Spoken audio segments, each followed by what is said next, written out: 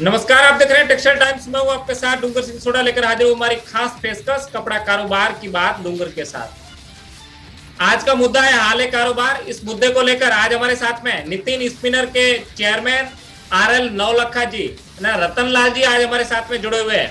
रतन लाल जी, पहले तो आपका बहुत बहुत स्वागत हमारे खास कार्यक्रम के अंदर। Thank you sir, thank you ji, क्या कहेंगे रतन लाल जी, नितिन स्पिनर के बारे में क्या कहेंगे, इस सफर के बारे में, सोच और विजन के बारे में क्या कहेंगे जी? नितिन स्पिनर्स को शुरू से ही हमने एक्सपोर्ट के लिए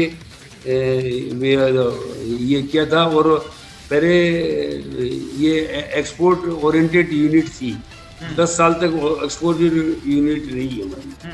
तो उसमें 75% एक्सपोर्ट करते थे जी, एक्सपोर्ट ओरिएंटेड यूनिट। उसके बाद में गवर्नमेंट ने ये किया तो हमने एक्सपोर्ट ओरिएंटेड यूनिट को ख़त्म कर दिया और एक्सपोर्ट करने लगे। और अभी हम अरविंद को देते हैं, सियाराम को देते हैं और डोल्डियर को देते हैं लोकल में, और डी डेकोर को देते हैं जी। तो जो अच्छे यूनिट हैं उनको देते हैं जी। क्या विजन लेके शुरुआत की थी रतन लाल जी? क्योंकि आप एक कंपनी के अंदर मैनेजिंग डायरेक्टर के तहत जॉब करते थे और फिर अपने बच्चों के साथ में इसकी शुरुआत की थी। हाँ, तो जी, एकदम नहीं बढ़ाया, धीरे धीरे बढ़ाया। जैसे इनकम होने लगी वो उसको बढ़ाते रहे। कौन से साल में इसकी शुरुआत की थी रतन लाल जी? कौन से साल में इसमें शुरुआत की थी नितिन स्पिनर की? 93 में स्टार्ट किया था। और कैसे आपको लगा कि अब अपनी खुद की कंपनी होनी चाहिए, अब नौकरी नहीं? वो तो बाद में IDBI से लोन लिया था तो उन्होंने बोला कि भी आप ये छोड़ दो और आप खुद काम करो। तो हमने BSL को छोड़ दिया था जी। 97 में 97 में छोड़ दिया, 3-4 साल बाद। 93 में शुरुआत की, 97 में आपने वहां पे आप जिस कंपनी में जॉब करते थे उसको छोड़ दिया था जी। रतन लाल जी क्या कहोगे? नितिन स्पिनर को अभी तक 7 अवार्ड मिल चुके हैं, 8वां कल अवार्ड मिल रहा है, कितना खुशी है इसको लेकर? टेक्सटाइल मिनिस्टर, केंद्रीय टेक्सटाइल मिनिस्टर आपको कल अवार्ड देने वाले हैं। हाँ, बिल्कुल जी, कितनी खुशी है? टैक्स प्रोसील के थ्रू है, टैक्स प्रोसील के थ्रू जी। टैक्स प्रोसील है ना, कॉटन टेक्सटाइल प्रमोशन काउंसिल। तो टैक्स प्रोसील के थ्रू देंगे सबको जी। और भी लोगों को अवार्ड देंगे जी। आपको कई 7 अवार्ड मिल चुके हैं, बेस्ट 7 अवार्ड टेक्सटाइल के लिए।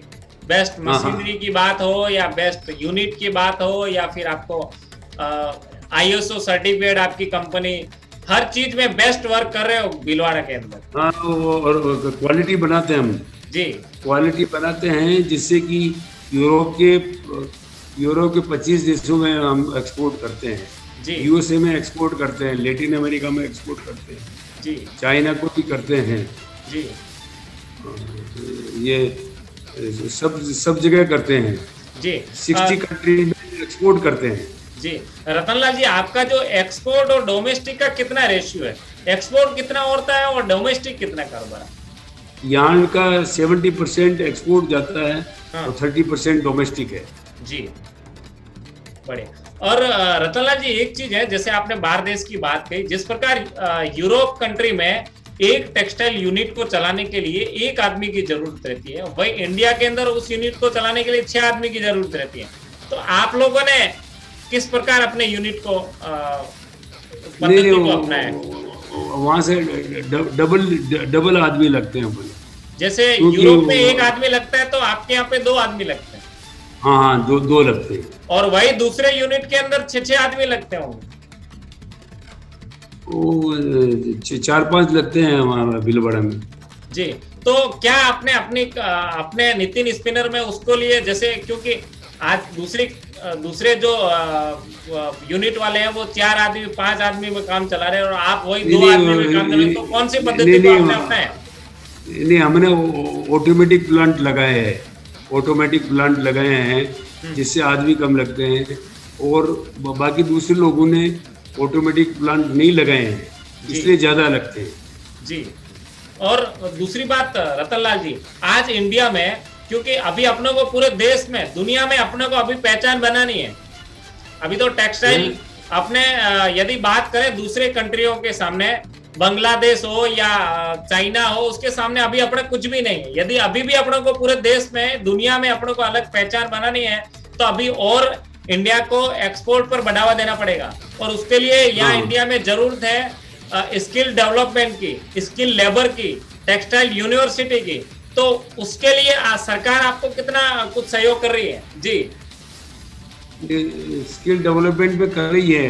मैं स्किल डेवलपमेंट में मैं भी वाइस चेयरमैन हूँ, और उनके आदमी आते रहते हैं, और हमारे भी हम भी उनको वहाँ भेजते हैं स्किल डेवलपमेंट के लिए। जैसे ट्रेनी है, ट्रेनर है हमारे पास, काफी ट्रेनर है, वो स्किल डेवलपमेंट कराते रहते हैं जी। रतनलाल जी, क्या संदेश देना चाहोगे सभी टेक्सटाइल इंडस्ट्रीज से जुड़े सभी उद्योगपतियों को और इस उद्योग से जुड़े सभी लोगों को, क्या संदेश देना चाहोगे? जी, ये संदेश है कि मॉडर्नाइज प्लांट लगाना चाहिए, मॉडर्नाइज प्लांट लगाना चाहिए, और जितने कम हो सके,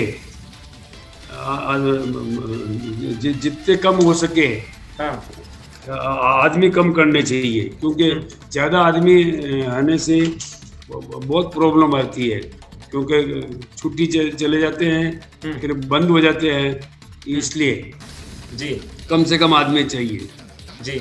चलो, बहुत बहुत धन्यवाद हमारे साथ में लाइव जुड़ने के लिए। तो ये थे रतनलाल जी नवलखा, जिनको वैसे तो लोग आरएल नवलखा जी के नाम से जानते हैं, और नितिन स्पिनर लिमिटेड के चेयरमैन हैं।